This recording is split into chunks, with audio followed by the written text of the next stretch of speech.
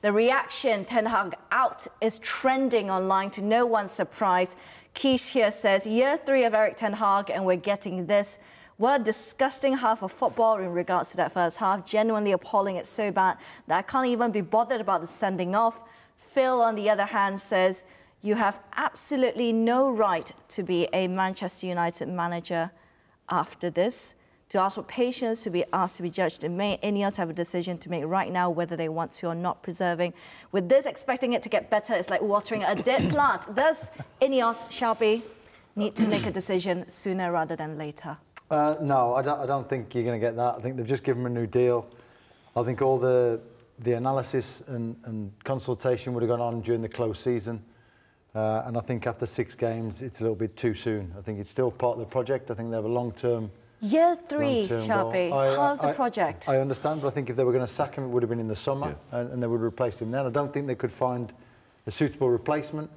They obviously had meetings with him and chatted about him, about what he's trying to do and what players he wants. He's got some more players that he's asked for.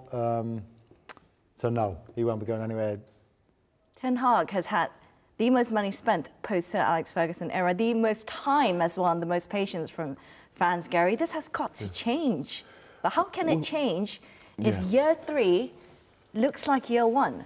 Yeah, well, what I would say is it's not year 3 under the new ownership structure.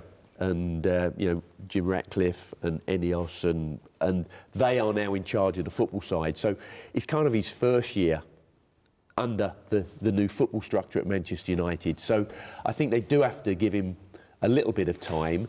But I don't think the future looks particularly positive for Erik Ten Hag at all. I don't know, I don't see any great emotion from him. Maybe at times that's a good thing. But I don't see any progress. That's the biggest thing. There seems to be no, I don't know, growth in the playing style of Manchester United, and he is responsible for that. Do you think Ineos regrets giving Ten Hag that new contract? No, I think they would have thought about it long and hard. You know, a lot of people saying if they wouldn't have won the FA Cup, that might have swayed the decision. But I think they don't judge. But it doesn't seem like they gave him that contract because they wanted to, but rather because they were put in a position and they just came into effect and they had to make that decision quickly, and they couldn't really find anybody at that point. So it was rather, I wouldn't say a forced contract, but it was not something that they immediately, oh, we really want to sign you. Well, maybe not. I can't speak for them, but you know, you can get caught up in changing your manager every year, every season, and then it's that in itself is really negative. So the fact that they're trying to keep the faith in the manager, try and give him a chance, try and work with his current players, he's brought in players that he wants, and hoping that we see better results. But like tonight is, you know, it's easy to start saying he's got to go and this and that because we've just watched probably their worst performance of the season, and it wasn't tactics or anything like that. It was top quality players giving away the ball, not working hard enough, being half a yard to tackles, to challenges, and all around the pitch, the one-for-one duels, they were nowhere near Tottenham. And 3-0 is probably good for them because it could have been 6 or 7. It was non-stop. Where do they go from here? Is it a personnel problem? Is it a structural problem? Because like you said, they're not winning any duels. They seem to lack a desire. There seems to be a lack in attitude and mentality. That's usually a symptom of a much bigger problem. Every footballer I've come across wants to win games of football, and today they just looked like they were second best all over the pitch. I don't think it's one thing you can change and it's going to, you know, change the fortune of the whole club. It's going to be a long process because today they were miles off it. They were nowhere near good enough today, and they deserve to get beat 3-0. Shelby, I mean, what's gone on today? If you were to put your finger on, you said it before kickoff. United's just 1 or 2 bad results away from a crisis, and it just seems like this might just be worse from here on out. They've got Porto in midweek, and then they go and visit Villa Park and face Aston Villa. We know how strong Unai Emery's men can be. Where does the buck stop? How can it change from here? Well, I don't know, because we've been having this conversation for the last two and a half years, haven't we? they have a couple of good games and we think we've turned the corner, and then all of a sudden they go and drop back and put a performance in like this. But I don't know, because you sort of know coming up against the Tottenham team, they start really sharp. They pass the ball around really quickly.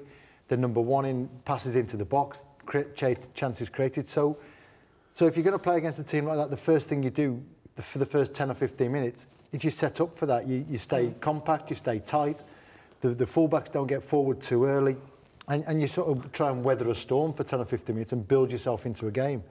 They just were second best. They didn't seem like they were set up and planned for what Tottenham were going to bring to the game. Is that on the manager? I would say it's got to be partly the manager's fault, yeah. And then you look at some of the sort of players and substitutions and teams he's picking. He's picking players that have started to play well and then he leaves them out, and players that are not playing well that he keeps in the team. So I think the manager has to answer to a lot of the questions, yeah. Gary, is it the manager? Is it the players? Well, it's a team game, so it has to be a combination, in my opinion. But the buck stops with the manager, so that's Erik ten Hag. You know, we've already covered the point that there are lots of talented players. The basic things don't even get done right. Yeah. Well, yeah. So, you know, the best players in the world do the basics really, really well. And Manchester United have got some very good players, but they aren't doing the basics very well.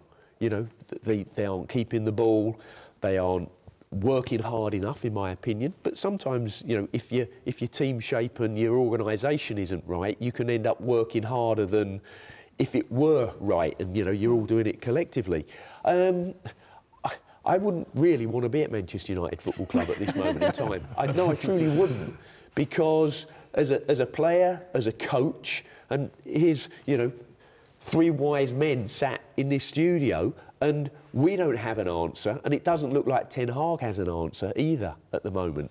So what does he do from here on out? I mean, it just seems like, again, we're just going through a cycle, again and again and again and again, and nothing seems to change. Well, you know, no club has a divine right to be successful and to be at the top, and Manchester United had a very, very long period where they were highly successful. And, you know, that wheel has turned on them, and other clubs have grown and developed, and they've left Manchester United behind. And Manchester United have, for whatever reason, I suppose you look at ownership, Manchester United have fallen behind the times with their stadium, for example. You know, Old Trafford is not a top stadium anymore. Their training facilities, by all accounts, aren't as good as they should be, and they've been looking to upgrade those. So why wouldn't their football dive at some stage? And in recent times, it has dived. Do you get the impression that there are certain tactical instructions that maybe isn't being executed well? Is it down to the players not executing it, or maybe the managers not able to communicate that through? Because today, I think it shows everyone that there was no plan here, or at least certainly we can't see what the plan is, shall we? No, we didn't see a plan, and that's what we're saying. It looks like it's gone backwards 2 years on today's performance. I mean, we can sort of say the first 5 games of the season they've created the most chances and most big chances and not put them away. So they could have had better results. But today it was just basics. Today was poor passing, giving the ball away too easily, second best in challenges, getting dominated by a Spurs team that knew what they were doing and had a plan. And it was just poor all round, and you could say that they were struggling because of European football, but Tottenham have had a day less to recover, yet they look fitter, sharper, brighter. So it's a real difficult one for Ten Hag and for the fans to get their head round. But whatever your plan is, you know, when 3 minutes into the game, you've already given the ball away 5 or 6 times, and the opponent, Spurs, break with the ball, and Van der Ven carries it from the halfway line to the goal line without anybody getting a challenge in on him, and he squares it, and a Tottenham player at the back post puts it in the back of the net unmarked. You know, that's nothing to do with a game plan. That's to do with players doing their job, and the Manchester United players didn't do their job. So now you're 1-0 down. So if you had a plan, what do you do with your plan? Do you change it or do you stick with it? I think you have to give some real credit to Tottenham. They were good today. OK, I think we need to wrap up this discussion with just one final question. before we head back over to Old Trafford. Should Ten Hag be sacked? Yes or no? I don't think he will. No, but should he? No, I don't think he will. It's pointless. Would you want? And who are you still believing in Ten Hag? Is the question? Well, then? it's easy to say should he be sacked, yes or no, but then the question is... Do you still believe in him? I think that he's a decent manager, yes, but I don't think it's going well at the club at the minute. You're just on the fence. I am on the fence because what's the other options? Who else are you bringing in? Does that affect the club positively or negatively? It's much more complex than just saying. Okay, let me rephrase the question then. Do you still believe Ten Hag is the man for Manchester United? I think he's the only man for Manchester United at the minute. Shall we? Long term, probably not, but short term, I think he probably is. Because there is no other choice, or? Yeah, but just because we're sort of into a bit of a project, and Ineos have just come in and backed him, and he's obviously saying the right things. They've got the same vision, so I would give him a little bit longer. Kerry? I would have sacked him after the cup final last season, personally. They finished 8th in the league. The cup final papered over a lot of cracks, in my opinion. So I would have been mighty tough and got rid of him then. Would you guys have gotten rid of him then? If he was going to, that would have been perfect time, I think.